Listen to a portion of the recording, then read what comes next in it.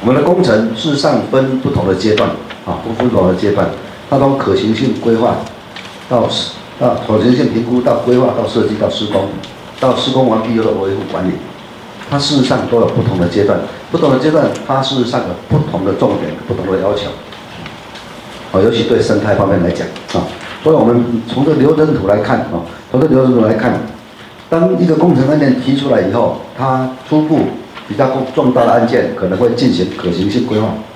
如果这个工程案件比较小，它可能直接进入规划啊。但是呢，如果我们用这5个阶段来谈，可行性评估的阶段，事实上它主要的目的是要评估工程对生态环境的冲击程度。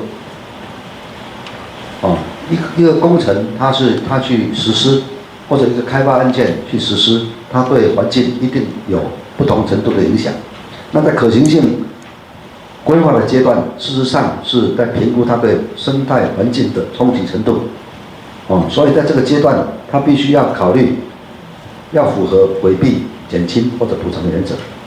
你对生态敏感区、保护区最好回避，没有办法回避，你要把冲击减少，或者去补偿。好，那如果不是，你还可以提替代方案出来。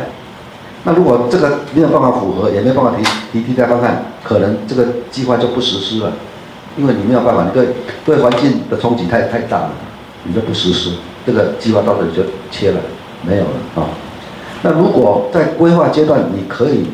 通过这一个评估的话，你就进入工程规划，进入工程规划。那进入工程规划，我现在讲的意思说，为什么我们要分段去评估？哦，因为可行性规划如果不通过，这个案子就没有了。哦，所以再进入第2阶段啊，进入工程规划。那工程规划主要的目的是要规划环境冲击的因应对策。哦，今天我们在这里有考虑到回避、减轻、补偿或者替代方案。那在规划的时候，我们要去把它规划出来，怎么去因应？怎么去因应？那这里面呢，要确定施作目标与预期效果，要提供减轻环境影响的策略，在规划阶段要达到这个目的。所以这个时候，我们还要再去检核评估。哦，是不是你有办法提出来减轻环境影响的对策？哦，有的话，那我们继续往下走。不行，这个阶段还可以把这个工作停止。那如果规划阶段已经进入要去设计了，我想这个计划就比较难回头了。已经进入到阶段比较不好回头。那这个地方就是说，好，即使我们通过这个第2阶段这个环境工程规划的这个评估的话，那我们进入我们的设计阶段啊。那设计阶段主要的目的是要落实规划所有的成果。今天你规划的话，你符合我们的你提出来我们的环境因应对策，跟它的预期效果。那在设计阶段，你就要去落实，要去落实。那这落实的结果，如果这个地方我说很难停止很难停止，就是说这个地方可能如果没有通过，可能你的设计不良了，是你的设计不好，并不是说这个整个环境影响又更严重，必须要停止。所以这个地方我们是没有说不进行了，只是要重新检讨，在这个地方检讨到你通过为止，通过你真的是落实规划的成果。那这个设计阶段完成以后，我们进入施工。施工阶段的主要目的是要执行设计作业的成果，设计完的东西我们要把它落实要把它执行。那执行中间，在这个整个的施工作业阶段，就必须要考虑整个的环境保护的考量。那完工以后，再进入就是这个计划的维护管理。那维护管理主要目的是要追踪生态工程的执行成效。今天你从可行性规划、工程规划、设计、施工，你都有一个预定的对生态方面的一个成果的这个预期，然后到完工以后，你要去追踪考核，是不是你这个工程对生态的考量有像预期的成果。哦，所以我用这个整个流程表的主要原因，就是说我这个工程可能需要分阶段来评估。哦，不能说全部做完再一次评估，因为这个工程可能在可行性规划阶段就停止了，可能在工程设计阶段，必须要重新检讨好多次。哦，所以这个流程是这样子哈，所以评估我们是建议每个阶段来做啊，所以整个的这个检核评估的这个研究的成果。我们建议了一个评估、检核评估的机制哈。那主要今天跟各位解释这个机制，然后再看这个表怎么去填写。希望各位如果有被要求要填写这个表的时候，可能开始会五煞煞哈。那我也是希望各位尽力。那如果觉得有不合理的地方或者不足的地方，建议出来。经过修正以后，那再有各机关把它纳入现在的规范里面。意思就是说，以后在检核评估多一项生态考量，是这个目的哈。所以这个地方我们检核评估的目的，主要是各项工程是不是落实生态工程的理念。所以不是说生态工程的检核评估了，事实上是工程对生态的检核评估了。考虑生态的检核评估，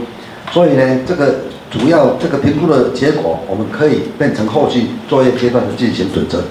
每一个阶段都有评估的成果，评估的成果出来可以做下一个阶段的这个参考。那整个检讨完的成果可以做以后类似案件的参考。那最后一点就是说，检核评估表经适用修正后。希望能够整合在各机关现行的规范跟技术手册中间，不是要做一个新的表格，新的多一项工作，并不是这个意思只是要把它整合进去。所以呢，检核的对象，评估检核的对象，什么工程必须要检核，要进行检核评估。那刚刚跟各位报告过，我们这工程大部分就分成3类嘛，一类是要重大工程要进行环境影响评估的嘛，一个是查核金额以上的，一个是查核金额以下的。那现在呢，我们也希望全部通通要进入这个评估的对象的工程的类别，因为目前工程会它只做了核专、道路、水保跟人工湿地，所以工程类别就包括这4项。那其中呢，又包括河川、道路、水保的抢修抢险，抢修抢险也要评估，但是它评估的方式跟一般工程不一样不一样。那这边刚刚谈过，就是说需要办理环境评估的重大工程案件，我们希望它是环境评估阶段就一并进行，意思就是说，在可行性评估跟规划阶段的时候去进行评估，主要是要评估工程对生态环境的影响程度。那需要办理环境影响评估的重大工程案件，经过环评审查后，在规划设计施工及管理阶段。要配合环评署的承诺事项进行各阶段的评估，意思就是说你在可行性规划跟工程规划的时候，你配合环评去评估，做完以后，可能在设计施工阶段，它对环评都有一些承诺事项，那你也要跟着去评估那这个是这样子，这个评估表并不是优于环境影响评估的一些只是评估完当给环境影响评估。做参考，因为我刚刚跟各位讲过，目前的环境评估是凭委员个人的素养去那边在评估，那我们是希望提供这个表格给他们有一些具体的资料，但是过不过还是委员讲话，不是我们这个表都通过，那这个案子说，我这个表通过了，你委员为什么不让我通过？这个只是环境影响评估最后的决定还是在环评委员还是环评委员。那其他不需要做不需要做环评的工作，包括2项，一项是查核金额以上的工程，一个是查核金额以下的工程那这个东西，这个计划呢它需进行各阶段的检核评估这个5000万以上的要做各阶段，就我讲的可行性规划设计施工跟维护管理那低于查核金额下的工程，因为工程太小，那就主管机关去决定哪个阶段去查核。主要工程很小，根本不可能有可行性规划，甚至于没有规划，就直接进入设计。所以这个是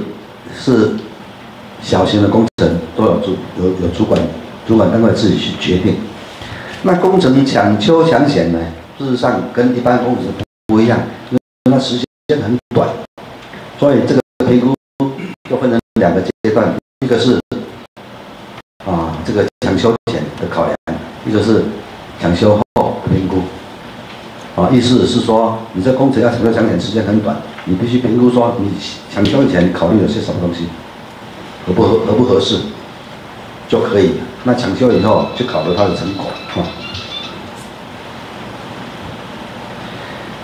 那什么时候执行检核评估？它的时机是怎么样？那这个刚刚报告过的各类工程必须在可行性评估、规划、设计、施工及维护管理阶段分别进行，就是刚刚跟各位谈的那个流程表，就是一项一个阶段进行但是呢，建议说施工阶段的检核评估可以结合现行相关工程查核、工程评鉴执行，不要另外再去举行。增加我们的，因为目前的查核目前的工程查核是施工查核做的最完整的其他规划设计即使那个到最后维护管理都比较少，而且如果有的话，也内容没有那么充实。那施工做的比较多，所以我们在这个各阶段的查核评估，也建议就是说施工阶段配合目前在执行的